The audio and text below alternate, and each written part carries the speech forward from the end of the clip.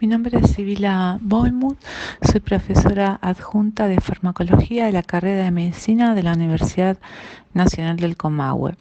En este capítulo vamos a hablar de antibióticos que inhiben la síntesis de proteínas, de tetraciclina, cloranfenicol, clindamicina y los macrólidos.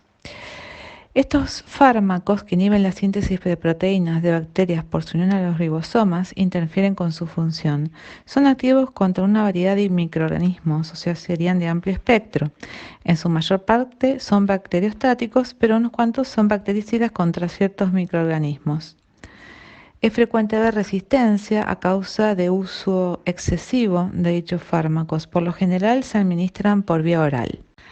Las tetraciclinas son sustancias anfóteras con baja solubilidad, disponibles como clorhidratos que son más solubles. En solución son ácidas y con excepción de la clortetraciclina son bastante estables. Las tetraciclinas quelan iones metálicos divalentes, lo que puede interferir con su absorción y actividad. Las tetraciclinas y glucilciclinas inhiben la síntesis de proteínas bacterianas al unirse al ribosoma bacteriano 30S e impedir el acceso del aminoácido ARNT al sitio aceptor en el complejo del ribosoma RNA. Los fármacos penetran por difusión pasiva en las bacterias gram negativas a través de conductos hidrófilos formados por las porinas, que son proteínas de la membrana exterior celular, y por transporte activo gracias a un sistema dependiente de energía que bombea todas las tetraciclinas a través de la membrana citoplasmática. Y para la penetración de estos fármacos en bacterias gram positivas se necesita de energía metabólica, pero no se tiene suficientes información sobre tales procesos. En la siguiente figura vemos la inhibición de la síntesis de proteína bacteriana por las tetraciclinas. El ARN mensajero se une a la subunidad 30S del ARN ribosómico de la bacteria. El sitio P, peptidilo de la subunidad ARN del ribosoma 50S contiene la cadena polipéptido naciente o activo. En circunstancias normales, el aminoácido ARNT cargado con el siguiente aminoácido que se agregará a la cadena se desplaza al interior del sitio A aceptor y hay acoplamiento del par de las bases complementarias entre las secuencias del anticodón del ARNT y la secuencia del codón del ARN mensajero.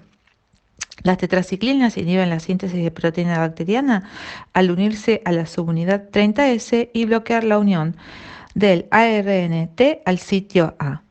Se describieron tres mecanismos de resistencia a los análogos de las tetraciclinas. La primera, alteración de la entrada o incremento de la salida por la bomba proteínica de transporte activo. La segunda, protección de ribosomas por la producción de proteínas que interfieren con la unión de tetraciclina al ribosoma. Y tercero, inhibición enzimática. Los más importantes son la producción de una bomba de salida y la protección de ribosomas. Las especies gram negativas que expresan la bomba de salida son resistentes a las tetraciclinas más antiguas, como doxiciclina y minociclina. A pesar de ello, son susceptibles a la tigleciclina, que no es sustrato de estas bombas. De manera similar, la bomba de salida de los estafilococos confiere resistencia a las tetraciclinas, pero no a la doxiciclina, minociclina o tigeciclina. Ninguna de ellas es sustrato de la bomba. Las especies gram negativas que expresan la bomba de salida son resistentes a las tetraciclinas más antiguas, como doxiciclina y minociclina. A pesar de ello, son susceptibles a la tigleciclina, que no es sustrato de estas bombas. De manera similar, la bomba de salida de los estafilococos confiere resistencia a las tetraciclinas, pero no a la doxiciclina, minociclina o tigeciclina. Ninguna de ellas es sustrato de la bomba.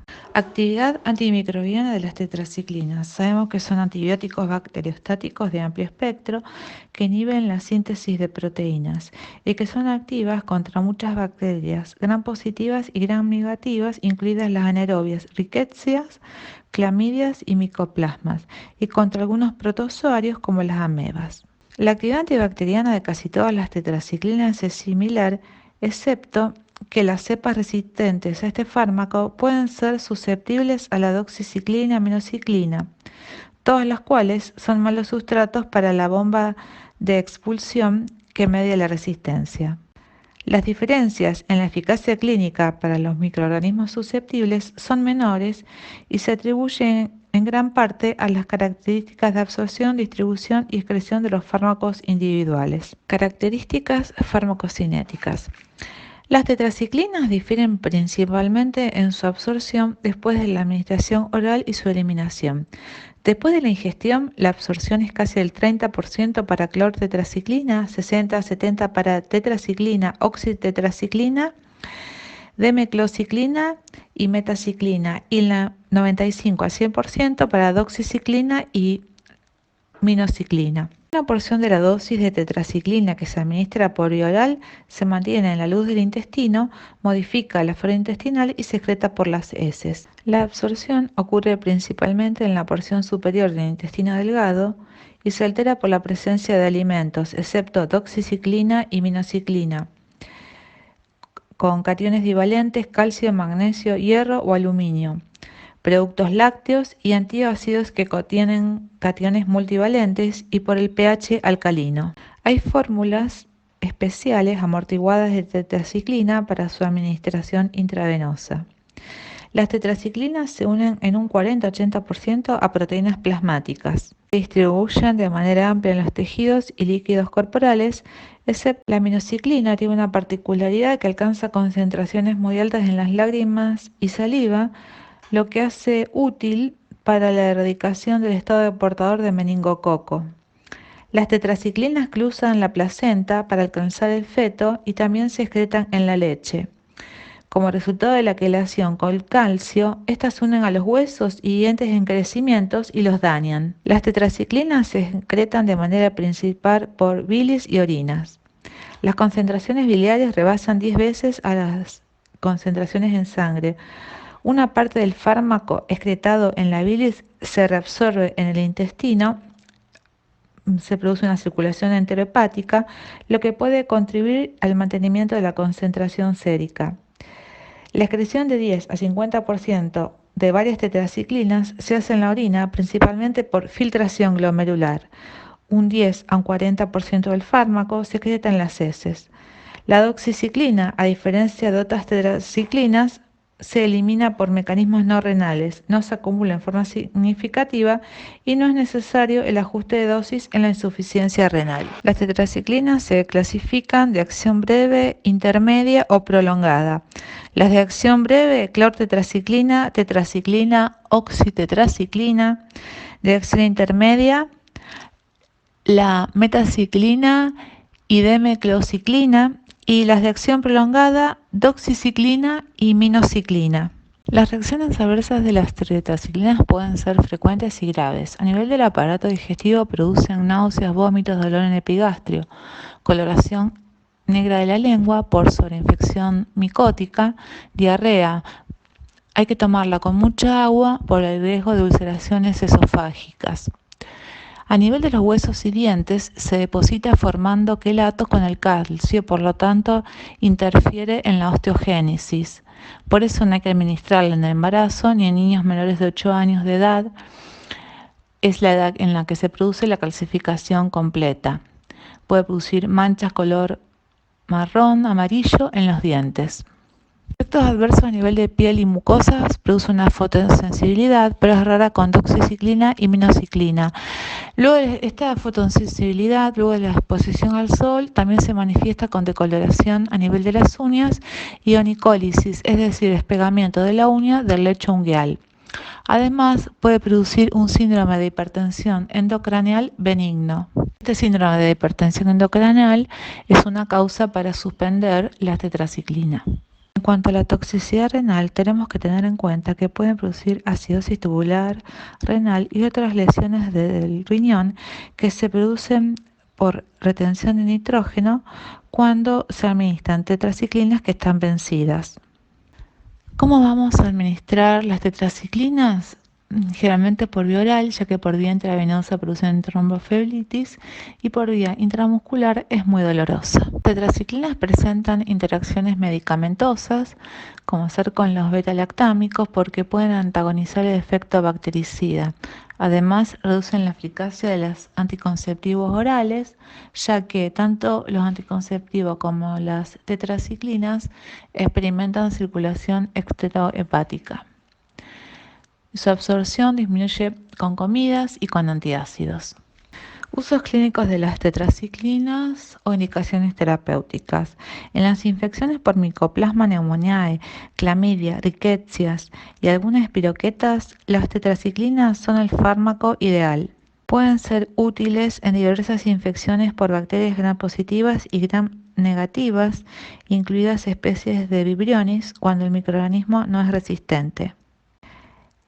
En el cólera, las tetraciclinas pueden ser útiles, pero se ha observado resistencias a las mismas. Las tetraciclinas siguen siendo eficaces en casi todas las infecciones por clamidias, incluidas las de transmisión sexual.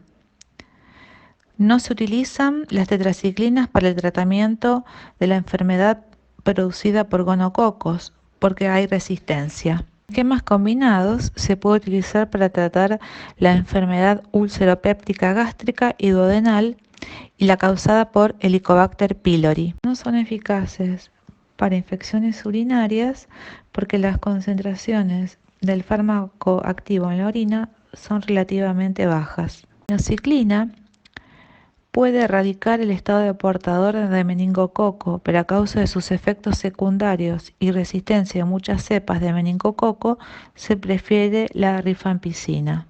Otro fármaco que inhibe la síntesis de proteínas es el cloranfenicol, que es un compuesto neutro estable y cristalino. Es soluble en alcohol, pero poco soluble en agua. El succinato de cloranfenicol se usa para administración parenteral porque es altamente hidrosoluble. Se realiza en vivo con liberación de cloranfenicol libre. Es bacteriostático. Aquí vemos una figura donde vemos cómo actúa el cloranfenicol, que se une a la subunidad ribosomal 50S e impide la fijación del aminoácido ARNT y detiene la síntesis de proteínas. También inhibe la síntesis de proteínas en mitocondrias de mamíferos. Las células eritropoyéticas de los mamíferos son particularmente sensibles a este antibiótico. El mecanismo de resistencia se debe a la producción de una acetiltransferasa de cloranfenicol, que es una enzima codificada por un plásmido que inactiva el fármaco. El cloranfenicol es un antibiótico de amplio espectro. Tiene actividad contra bacterias aerobias y anaerobias, gram positivas y gram negativas, rickettsias y espiroquetas. Algunas cepas de Salmonella typhi son resistentes. En la meningitis de la infancia, producida por Haemophilus influenza, Streptococcus pneumoniae y las Neisseria meningitidis, son muy sensibles, pero fueron sustituidas por cefalosporinas de tercera generación. Acción contra anaerobios, incluidos el Bacteroides fragilis. Tiene actividad contra las clamidias. Los más resistentes son los bacilos gram negativos como la Klebsiella, Enterobacter, Serratia y Pseudomonas. ¿Cuáles son las características farmacocinéticas del cloranfenicol? Sabemos que se puede administrar por vía oral, intramuscular, intravenosa y por vía tópica para uso oftálmico y otológico. Vamos a hablar ahora de características farmacocinéticas del cloranfenicol. Con respecto a la administración, se administra por vía oral, intravenosa, intramuscular y tópico a nivel oftálmico y otológico. Logra concentraciones eficaces en líquido cefalorraquídeo, humor acuoso, próstata y feto. Va unido a las proteínas plasmáticas un 60% y se metaboliza a nivel hepático, donde se conjuga y se elimina por la bilis. El cloranfenicol, a pesar de ser un antibiótico de amplio espectro, tiene limitaciones que son las reacciones adversas que produce. Eso es lo que limita el uso de los mismos. A nivel de la médula ósea, produce anemia, leucocitopenia y trombocitopenia que depende de la dosis y puede producir anemia plásica o pancitopenia mortal que es idiosincrásica, es decir, que es independientemente de la dosis. Continuando con las reacciones adversas, una muy importante es la que produce en los recién nacidos. Los recién nacidos carecen del mecanismo de conjugación eficaz con ácido glucurónico para la degradación y desintoxicación del cloranfenicol. Entonces, cuando se administra a los lactantes dosis mayores de 50 miligramos por kilo día, el fármaco se puede acumular y causa el síndrome del niño gris. Este síndrome se caracteriza por vómitos, flacidez, hipotermia, color grisáceo, choque y colapso. Un efecto adverso importante del cloranfenicol es el que se produce en los recién nacidos, ya que carecen de un mecanismo de conjugación eficaz con ácido glucurónico para la degradación y desintoxicación del cloranfenicol. Administran a lactantes dosis mayores de 50 miligramos kilo día, se puede acumular el fármaco y produce el síndrome de niño gris, que se caracteriza por vómitos, flacidez, hipotermia, color grisáceo, choque y colapso. Por eso, este fármaco ha sido reemplazado por cefaloporinas de tercera generación para las infecciones en los niños producidas por hemófilos influenza, Streptococcus pneumoniae y Neisseria meningitidis.